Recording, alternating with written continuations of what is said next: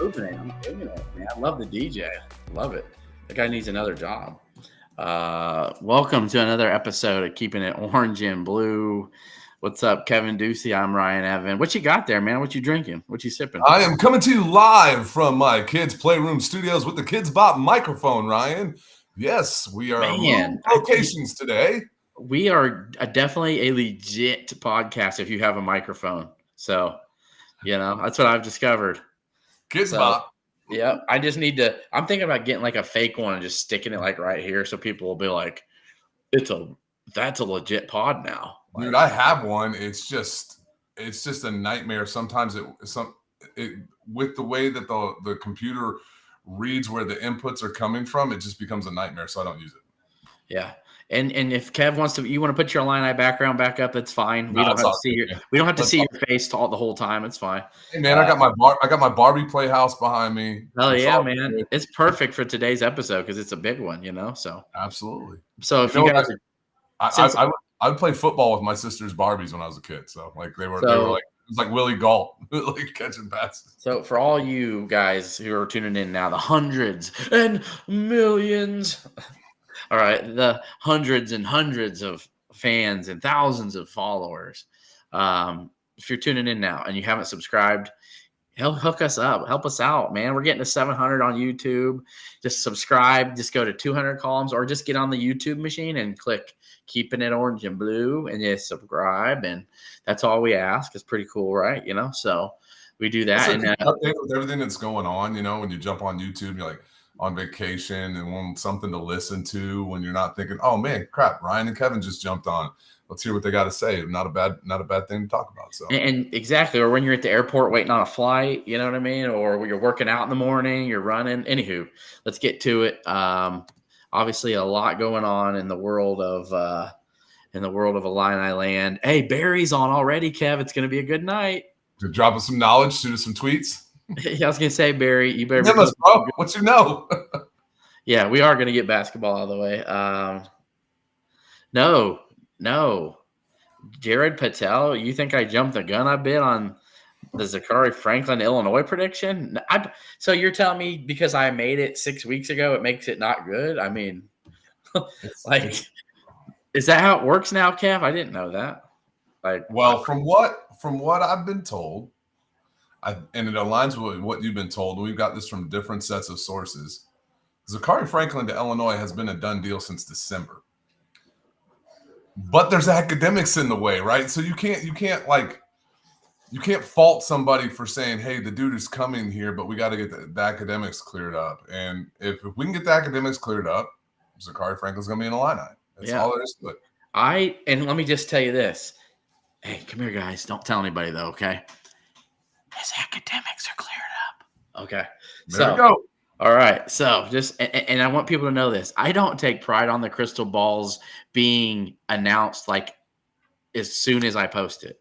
I just want everybody to know that. So it's not like if I post it, it has to happen within a week or else it just doesn't count anymore. No. It's still sitting there marinating, you guys. You missed my tweet. Like the tweet when I posted the whole chicken getting marinated. Come on, man. Don't let that go over your head. All right. So we'll get into it. Will Riley, obviously, you guys. That's why everybody's tuning in right now. I'm loving the whole like Will Riley vibe on X that everybody's posting the picture of him, like the jersey kind of why I post it. I'm not saying like they know, but it's like we're together in this. We kind of are hopefully positive. And if you guys are on the Discord, I know what's funny is I say that, and I've actually had people messaging me going, well, what's the damn Discord link? Yeah, I want the Discord nation in this chat to stand up. Like, just give yourself a round of applause if you're in there in the chat. Just give yourself a round. I appreciate you guys. We have a good time in there. Everybody's an insider on there, which is great. We have fun with it. So, and no, Maurice, Franklin coming. Illinois is going to bowl. Illinois is bowling this year. If Franklin comes, they're definitely going to get more than 5 wins. I know Kevin might agree with you, but that's another day.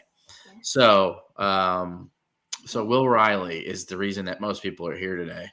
And literally just this evening, I know everybody's pushing me, Kev, They're pushing me to put a crystal ball in for him. They're like, come on, man, just do it. I'm like, I'm not just going to do it to do it. Because at the end of the day, that's my credibility. I'm not just going to do it because a Barstool Illini did. Like Barstool Illini could care less. What's Barry saying? I promise he did what? They're saying that Will Riley wasn't smiling. Oh, okay. Because let me tell you guys. Sheriff Patel said he didn't look like Dr. Patel. Always appreciate the PhD, MD. He didn't. You guys. Hey, show me the picture he smiled at in any of his visit pictures. Show me the one. So I literally said, I think I made a joke in the Discord. You guys, look at you. Be proud of yourselves. I said, first one to make him smile gets the commit. So, which I think Illinois made him smile with their development plan with Adam Fletcher. I guarantee he probably got a little smirk when he saw their development plan, which I'm hearing is. Look at Boswell, look at DGL. It's.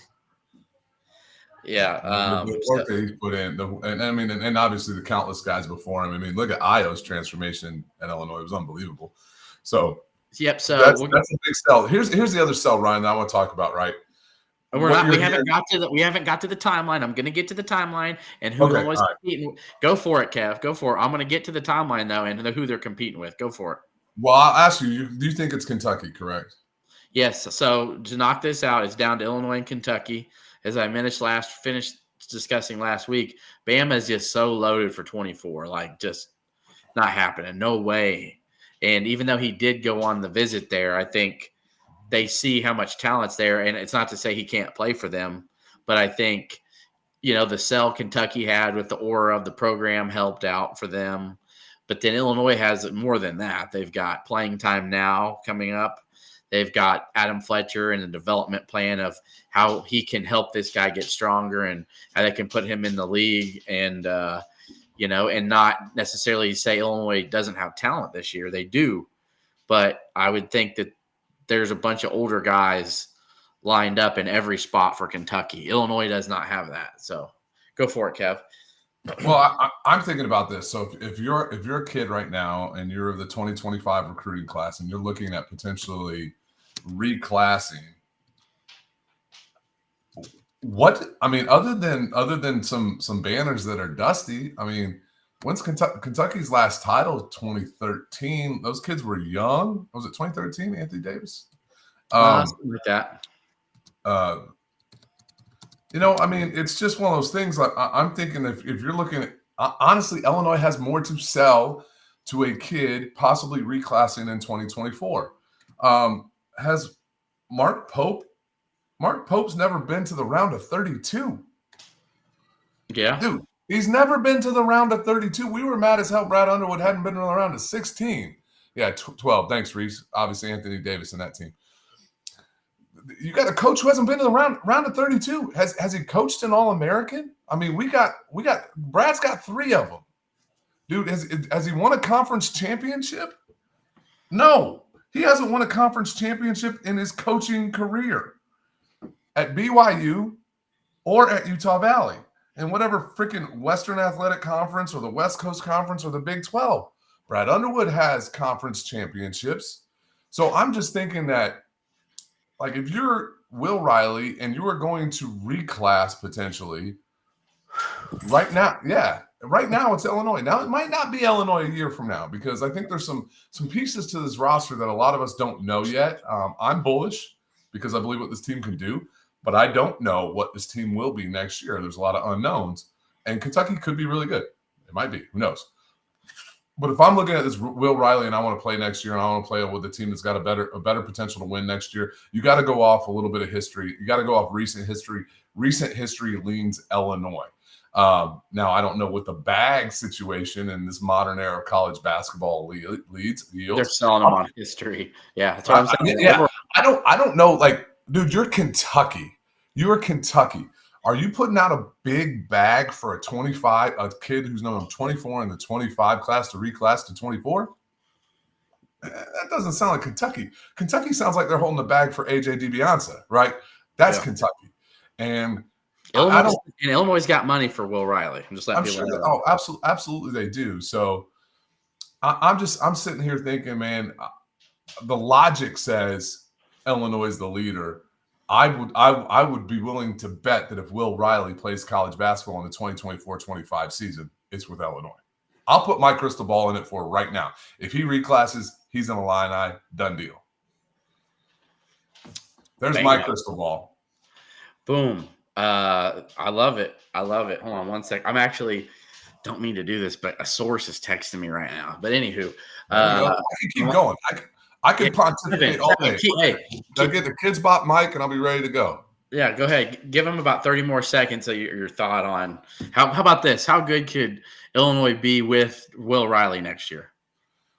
Well, it all depends. I think there's the challenge that I see with next year's team, and the reason why I have some questions is you've seen a lot of the foreign kids come over, and they really haven't produced. UCLA is a prime example of that. So I question whether Kasparis or Avicevic can really come in and play. Probably more questions with Kasparis, even though I think he's a more talented player. Avicevic, just because he's got the size and he does have a little bit of athletic ability for that size, he can stroke the three. And then you got to look at where Will Riley fits in the system and who's the odd man out. Is it Ty Rodgers? I don't think so. Is it Trey White? Is it Kerry Booth? There's a lot of factors in play. And yes, Jake Mraz, Antigua was his lead recruiter at Kentucky when they were looking at him for 25 before the transition had happened, right? Calipari just went down the road. Mark Pope is in. I think Mark Pope is a good coach, but no, I don't think he has the type of pull. Like, you just left recruiting for Mormon USA. Like, I mean, there's a lot of kids that just flat out would not consider going to BYU. Like, let's be real here. I'll say it on this show because I don't give a shit.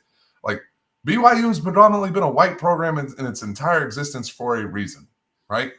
I'm sorry. Like, the Mormonism thing doesn't really resonate with the black typical high school American athlete. Like, it just doesn't. They've had a ton of Samoans. Money talks. But sure it does. Sure it does. And I think, honestly, it might be a Mormon play for Demean, or whatever is Demean, who's going there. I honestly think that, like, I've read up on Mormonism quite a bit. I think it is a position where they are wanting to assert some influence through their athletic department to spread Mormonism to Europe in a better manner. And why not? Or Russia. Both. He played in Europe. He's from Russia. I honestly think there's probably why there was a huge bag for him. So. Man, just want you guys to know, I'm going to be putting a crystal ball in after this episode. It could be for football. It might be basketball. But you can't get no ass there, Reese, either. You're right. You got to wear them special pajamas. Drink your Dr. Pepper. But yeah, so I think there's going to be multiple crystal balls coming this week. But anyway, as soon as this episode's over, you guys, I'm putting one in. So I just wanted you to know. And I'm not trying – give the listeners what they want. Yes, I'm not trying to be Adrian Wojnarowski like he does. Hold on a second. Give what they want, Ryan. Oh, man. Okay. So I'm putting a crystal ball in for Isaiah White, defensive lineman. All right. From Indianapolis. Just want to let you guys know that. So it's coming as soon as this episode's over. And he's going to be deciding here in the next few days. Oh, trust me, I got good stuff for Will Riley too. But I'm just saying, you guys, there is no difference if I put something tomorrow or I announce it on here tonight. There is none. I just wanted you to tell all the folks what you think and feel, and so I put it on here. So Will Riley is announcing this week. The Illini staff's been told June 15th is the date. It's going to be before Father's Day. So makes sense. I think he probably wants to get it out of the way and be done before they'll finish it up with his father over the weekend.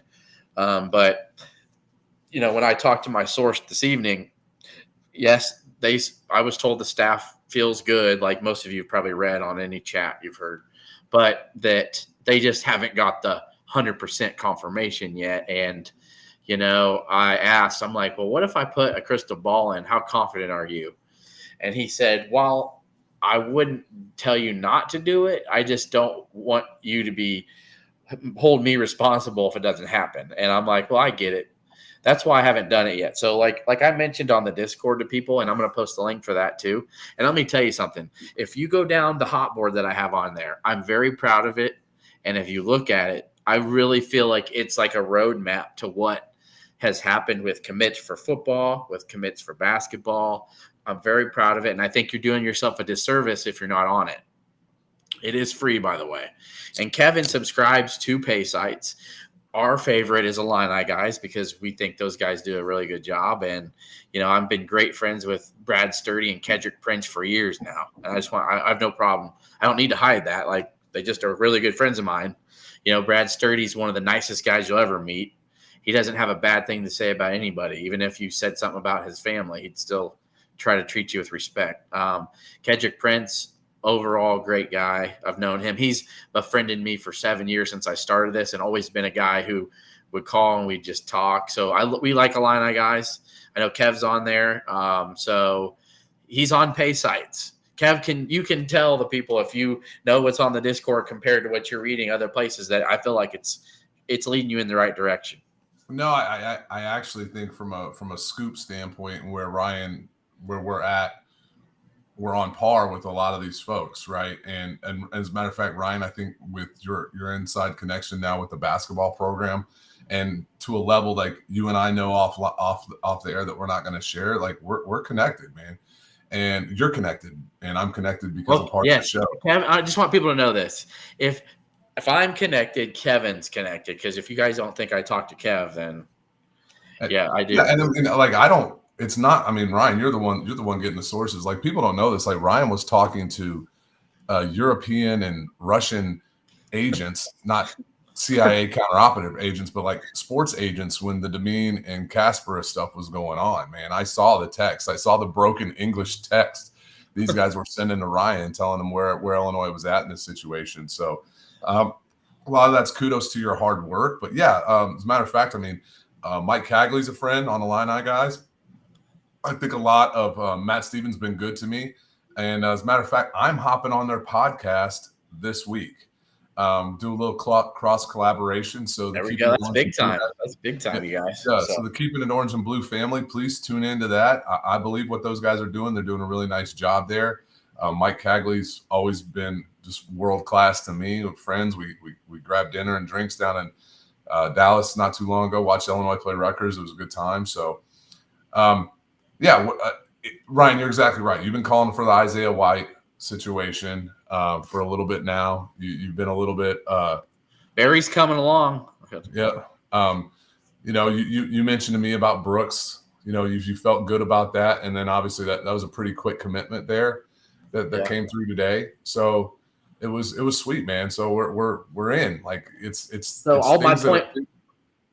All of that is you're doing yourself a disservice if you're not on the Discord. And if you don't want to get on it, that's okay. If you just want to wait for us to talk every Sunday, you can feel free to do that. But to finish up, before we finish up with Will Riley, Kevin joining and jumping on the Illini Guys podcast is a big deal. We're excited. I'm happy for Kev to get to do that. And cross-collaborating with another organization was something that I didn't feel like we were going to ever really get to, but I'm glad that they decided to wisen up, in my opinion, and just break down a little bit of a barrier and a wall that there's been with a lot of things connected with me. And I know so I'm appreciative for that for Kevin, because the dude shouldn't take flack because he's friends with me or does a podcast with me. At the end of the day, this is all just about info, you guys. That's why we're here. I'm an Illini fan just like every one of you guys. That's why we do this. That's why we do this, because we love the Illini. I mean, that's all there is to it. And Ryan, you found a way in the early days to do something via Periscope, which was pretty unique at the time, and obviously things have passed it by. But it's it's cool, and we're getting near our 100th episode here. We're 94. No. Hey, I promise you, for the 100th episode, it's going to be big. I can promise you. That's 6 weeks from now, and so you do the math on that. That's college football predictions, maybe season win totals. Maybe we get one of you guys to jump on. That would be pretty cool. So we might have. Yeah, we should have a couple of these guys on. We'll some of our favorite. We got to get Jay Bagan on though. Yeah, I think. Yeah. Okay. I think. I don't know if Jason would come on. Jason would be all right. Yeah, I know. Nathan Durst probably feels like he would be worthy to come on. So. Oh yeah, okay, absolutely. Yeah, but if Barry would, here's the thing: Barry won't come on it if he shows his face, so we'll have to get him audible. Like, be like, I am Barry, and I have the information.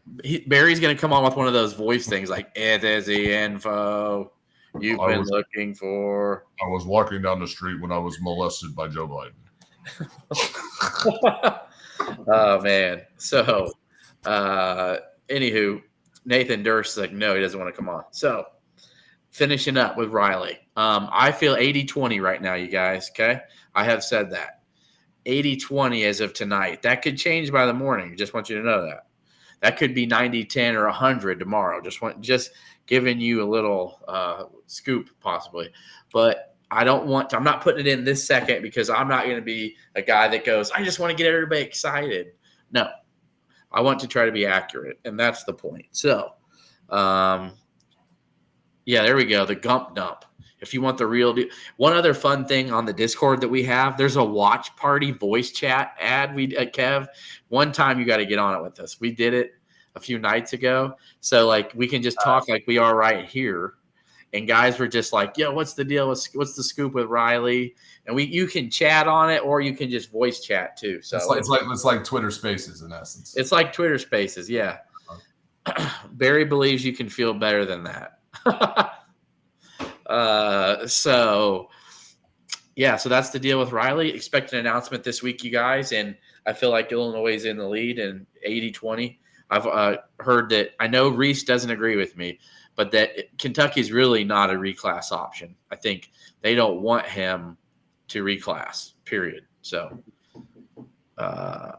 it's going to be interesting, and let's just speak it into existence. Will Riley with Illinois next year will be an uber talented, uber deep team where guys are going to scratch and claw for minutes. It still aligns with what I said probably a couple weeks ago after the Casper's commitment. It really sets up well for the 25-26 season, and obviously there'll be roster changes. There'll be guys that move on. But what I really think is I think by the end of the season, Illinois will be a team that is really ascending with a lot of returning players that I think 25-26 could see us as like a preseason top 5 team. I think that's where this and I think this team's going to take some lumps early on. They got some tough schedules. They got Bama, got Duke. But Duke thankfully is like in late February. So this team will be veteranized by that point. But talent-wise, I think Illinois will be either 1 or 2 in talent if Will Riley commits. So you guys, dude, I'm super impressed. Crazy. He's almost as old as Kylan Boswell. Like he's. If you just think about this, you guys, let's just think about it. Yeah, Brad will play 9-10 guys for sure. I think Will Riley comes, he's going to play 10. But if you think, I think it's like any other season. We'll play 10 early, and 2 guys will start screwing up, and we're down to an 8-9 rotation. That's life, dude. Yeah. So stop playing defense. I want to let people know this. Greg Gibbs Lawhorn's getting every opportunity in the book to play, so he's going to play. If you think about this, the freshman class he's going to have come in if Riley comes. Think about that. Marez Johnson, Jossionis, Marez Johnson, Will Riley. Avicevich. Yeah, Avicic.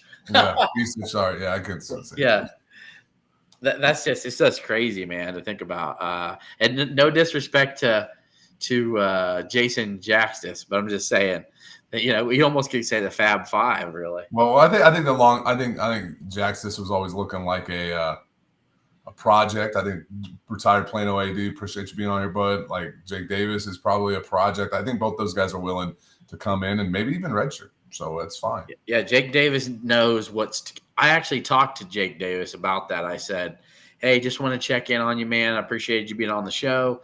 He told me, hey, appreciate it. Thanks for having me on. I really had a good time. He said, like, the last week, he's just been home with his family, and they just got to campus. So there was pictures of Trey White shooting around at Ubben. So I think that dude's going to be really good. I think he's an underrated player. So it's yeah. And so continuing on with hoops real quick, were you able to watch any of Marez Johnson and Fears at the U18 at all this weekend? Yeah, a little bit. More so like some of the highlights and stuff, and just like Our man Gump popped in here. Merez's motor was what was really impressive, and just like Jeremiah Fears just plays like he's 21 years old already. Like a guy is just not phased. I just don't know how you kept him off. You keep him off the floor so much. Like, dude, every time he came in, he just got buckets. He got dishes. He got like all the things. He was getting steals and like just intercepting passes at midcourt and starting fast breaks. Like, I was watching that tonight. Like, my best comparison, Kevin. I know you're laughing at somebody. I don't have the chat up right now, but go for it. What are you laughing at? My boy Joe Brenner, man. That's my dude. All the way back Urbana High School. What's up, Joe? Glad to see you on, man. I haven't talked to you in forever, dude. That's awesome. So Deucey, love the show. He's a fan of the show, Kev. There we go. Hey, man, I appreciate it. That's my dude, man. Like, seriously, we've gotten some trouble back in the day together. So but yeah, Merez is like a 6'9.5", 235-pound gazelle. Okay. Like, the dude's just fluid. Like, that's the best way I can say it. Like, his motor never stops. He's always in the right spot. You know, he doesn't try to ever do too much. You know, like, to me, that is just like what you would want out of a freshman. And he doesn't really play like a guy who's just 18 years old. So, well, 17 still. But really, yeah, I think Gump said it best. He's got gravity. He comes in the game and he changes the game instantaneously. It's one of those things like, you know, I remember when I went and watched Cal Swanson play, and there were a couple guys on the field. I was like, dude, that guy's everywhere. And then you just realize you walk up to him after the game, he's 5'7", 190 pounds, so it doesn't necessarily work. And but Fears has that. Like, he walks on the floor and instantaneously you're like, oh, who's that guy? Who's 11, whatever number he's wearing? Like, that guy does things. And Merez has a little bit of that too, because he's going to make a hustle play. He's going to get dunked. He's going to swat a shot. He's going to play in with extreme energy. And a lot of people are asking, like, who's going to play more, him or Tomislav? Like, I think they're both going to play probably close to 20 minutes. And I think that's going to be fair. Especially, like, Merez can shoot the three. He had a poor senior season shooting the three comparatively to what he did in the summer. But I do think he if he can stretch the floor, he can see the floor some more. And especially if Ivisic can stretch the floor some, you can play them both together. So that'll be fine. I think I'm excited about where this team's going to be. It's going to be a lot of fun early, because you're just going to be like, every time there's a guy on the floor, you're like, what's this guy do? Like, we know two guys on the floor and what they can do. So we'll see. Those, and you know what? I know Fears was a little bummed out. He got kind of played second fiddle to some of those guys like Trey McKinney and Brown Jr. And so here's the thing, though. He's a year younger than them. He has another chance next year to play in the same tournament. You know what I mean? Like, he got picked up from a year. He's playing with guys that are going to college here in like a week or two. Yeah. So let's take that with a grain of salt. So, yep, absolutely. You know, but anyway, and people are questioning the competition they played. Not all great, but there's some talented dudes in that tournament. Sure. You know, and Fears looked like he belonged. The fact they made the team is more impressive than anything else. Like, right? Yeah. They got asked, they made the team. Those were the guys, right? That was what's impressive. Yep. So they won gold and played well doing it. So I think what I love the most about seeing Merez is just how he's gonna come in and work, and I know this Antigua's gonna love him. So Antigua was down there in Buenos Aires for about 4 days. He didn't stay to finish watching the championship game. He left after they won their semifinal, and I think they got a deal they got to close this week. So I think he wanted to be back, home. Wanted to close the deal maybe a little bit, nothing big, but just wanted to be back. So yeah. Hey, real quick, Ryan. No, Barry. My dad moved to St. Joe right after I graduated high school, and so my little brother and sister went to St. Joe. But I'm a Tiger. I'm a Urbana Tiger. So he's loud and proud about that, no doubt. I'm a proud person from Urbana. No, I'm just teasing. Yeah, you should be, because I love growing up. Here's the thing. Even though I don't necessarily love situations in Decatur, I'm proud to be from Decatur. There's a lot of good things that have come from Decatur, but it is what it is. It's all I've known, and I had some scary stuff happen this weekend, Kev, as you know. But Dude, Yeah. prayers up for your family. Ryan's daughter was at the Macon County Fair, correct? Yeah. Yeah. And there was a shooting that was going on while she was there. So just prayers for everybody involved. Luckily, nobody was hit. So, Yeah. Yeah. Definitely. That's not good there whenever you get a phone call from your child crying hysterically, talking about they were shooting around them, and her and her friend almost got shot. Necessarily, I don't know how close it was, but within 10 to 15 feet is a little too close for my comfort. So, but again, I prayed about it and I went and gave her a hug an hour later, and she's good, but definitely traumatized. And I told her, I said, this is just something that I've always told you. You always tell your children put themselves in the best predicament with your environment you're in. And I know when you're a teen, you think you know it all, Kev, right? yeah, the challenge is when you're teenagers, man. County fairs are a blast, dude. I remember going to Champaign County Fair quite a bit. But they also bring out the dregs of society, man. It just really does. And unfortunately, your daughter had to deal with that, man. So yep. But at the end of the day, Barry, I'm sorry you feel betrayed, but you'll be okay. he's planting seeds. I'm trying to figure out who he is. He's planting seeds. I'm gonna figure this out one day. My 18-year-old daughter's in Florida. I've been worried and will be till she is home. Yes, lazy. I get it. Like, trust me, I know. And Kev hasn't really dealing with that as much yet about them being gone from him, other than when he's working. But they're with their mom usually, right? If you're at work. Well, they're at school, you know. Yeah, Yeah, but I mean, mama works from home, so yeah, that's. I She's not didn't a mean it. housewife, but she works Yes, from home. your daughters are away from you, and I get it. So that's worrisome enough when you're traveling. I just meant the whole they're teens and they know it all. And they want to go be alone out in the world. That's a scary thing to do, to let them go, you know? Yeah, absolutely. So anyway, Barry. But I thank you for that, Nathan. Anyway, now let's get to the football stuff. We've covered everything with Illinois looking to add Riley and Merez in them. So Illinois today and this weekend added some really good players. And yes, Kev does talk to Matt Stevens some, and obviously we talk. So he's up on some of these guys. So Davion Chandler was huge. Yep, that was a big one. Was huge because he's a top 10 player in the state of Indiana. Kurt Signetti just came from James Madison. He's got a lot of pull with them. Like, he's impressing a lot of people in that state. And Davion Chandler is like, I'm not even giving you a chance, man. I'm going to Illinois. Like, that's, again, a top 10 player in the state of Indiana. A top 1,000 national, I think top number 56 rated wide receiver in the country. 6 foot, really good athlete. Brought a couple kicks, scored a couple kick returns for touchdown last year. He's a multi-dimensional type of receiver. Has pretty decent size. Like I said, about 6 foot, 180, 185 right now. That's a big get, Kev. Yeah, and Justin Stepp's proven his worth already, right? So that's a big deal right now, what he's doing. So, yep. And then Illinois also landed Cam Brooks from Homewood Flossmoor, who is very good. He's a very good piece to the defensive line depth.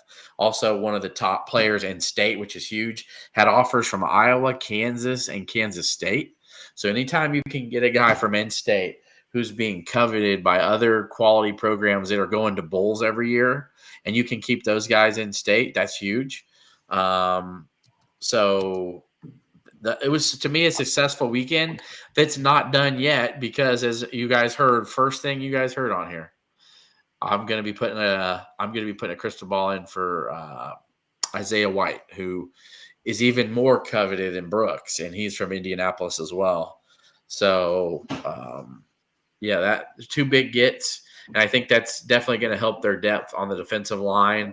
These are 2 guys that easily could go play and be nice pieces for quality other programs. So Illinois is going to be seeing Kansas here in a few months. So they beat. Isaiah White's got offers from Boston College, Washington, Louisville. Like, he's got offers for those places already. So I mean, that's a big deal. Yep, and that's what Brett's got to do. You got to stack these guys. You've got to, and retired Plano. They are complete after Will Riley. So. They are definitely complete after Will Riley. I would feel, complete in a couple of different ways, but yes, no more. They're going to leave one more. They're going to leave one scholarship open, but they will be complete. So,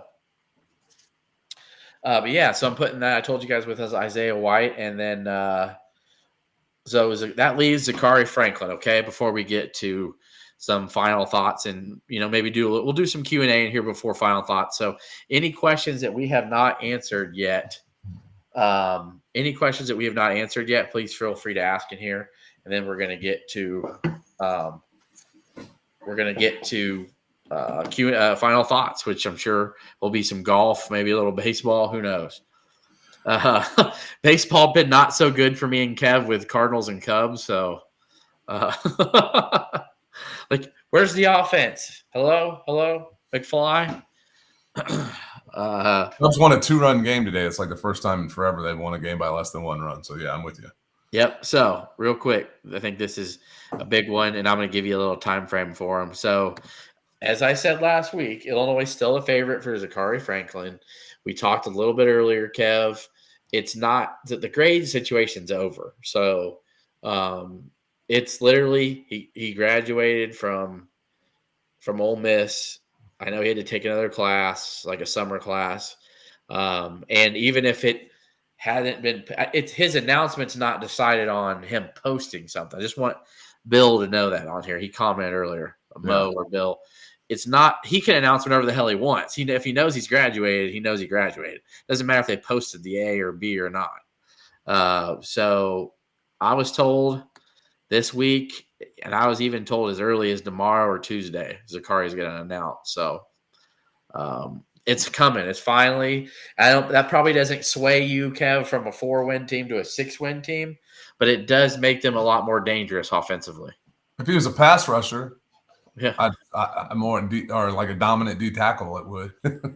Yeah.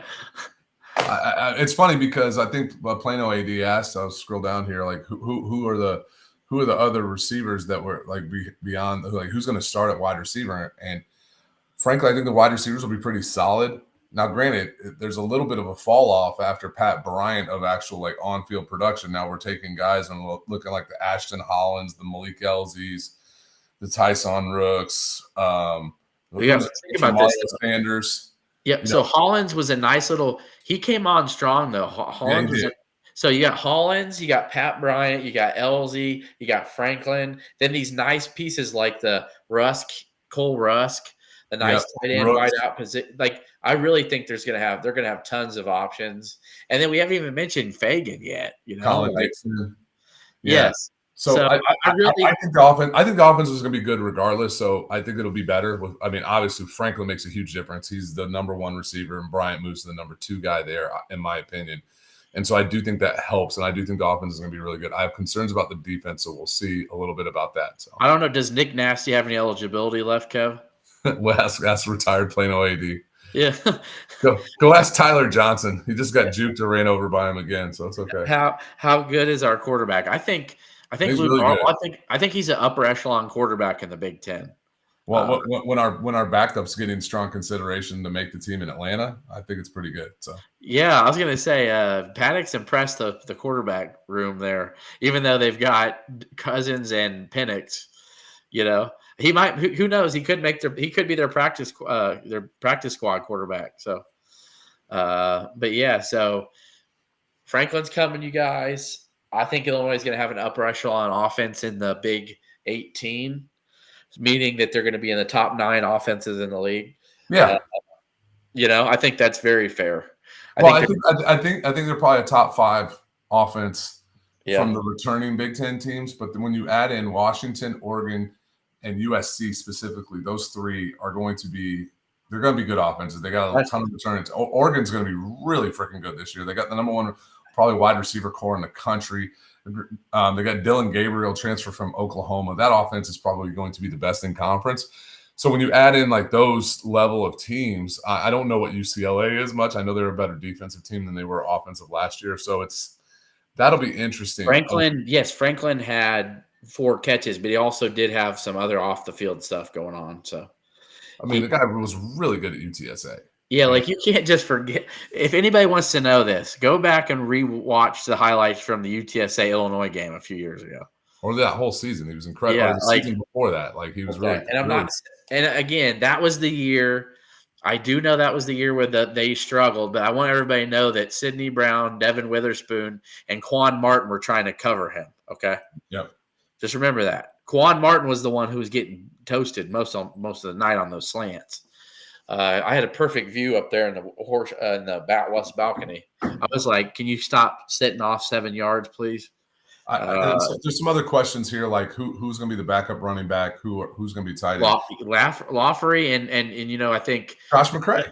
Yeah, they're going to give Josh McCray one more chance. I know that they are. And don't forget, Jordan Anderson was impressing in camp. He's really big. He's got some decent wheels. He can catch the ball out of the backfield. Joliet Catholic kid. Yeah, he had the red shirt because he got injured. Yep, and then Khalil Valentine is going to get a chance to play because he's so electric with the ball in his hands. Like I said, I am excited about this Illinois offense, and I think tight end's going to be by committee, right? It's going to be Tanner Arkin, Henry Boyer, your Cole Rusk, and we'll Goda. Yeah, Carson Coda.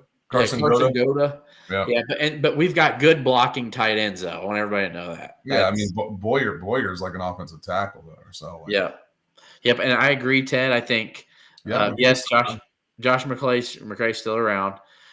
Kansas is a pivotal game. I think if they can get that energy on that night game and get Daniels down some, and I think it's going to be more of a shootout type thing. But if Illinois can make just a few stops.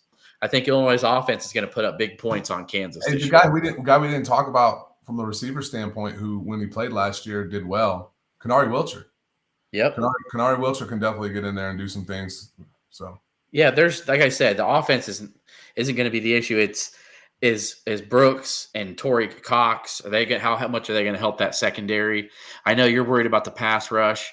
I still think they've got enough pieces inside that pass rushing room. With Seth Coleman and Jacobs, those are two really, really talented defensive ends. Yeah, I agree. And is Alec Bryant still on the team? Yeah, and Demetrius John has been really, what I understand, has been impressive. So I mean, we'll see.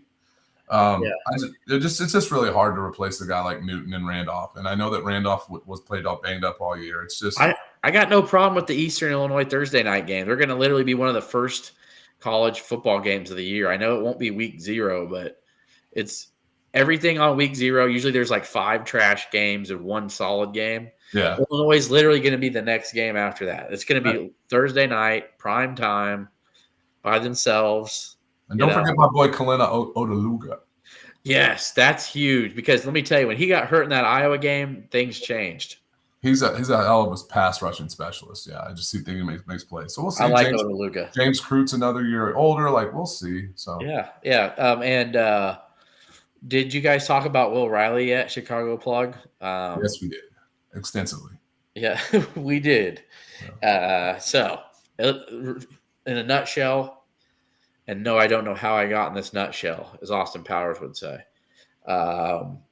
Will Riley, I feel 80-20. He's coming to Illinois.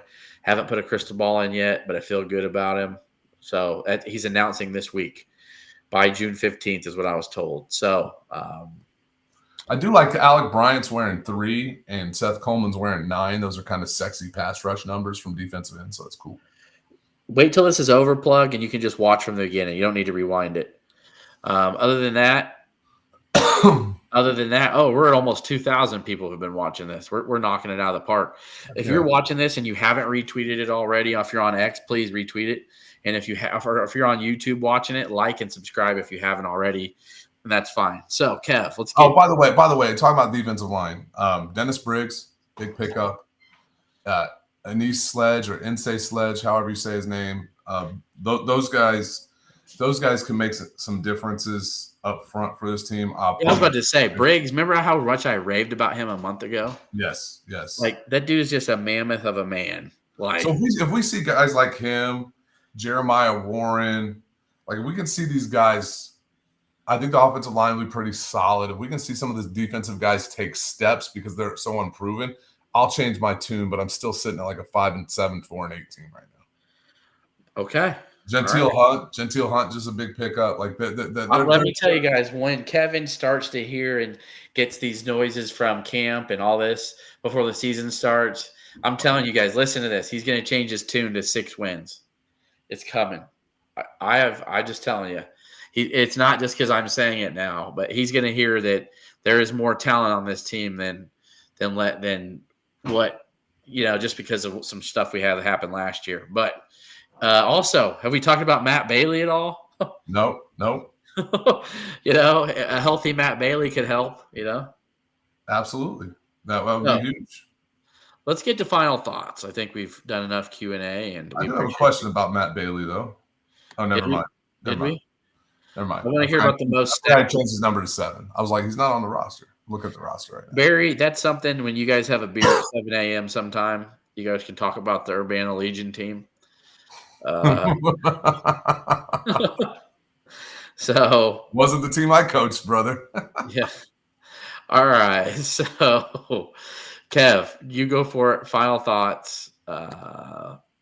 What you got this week?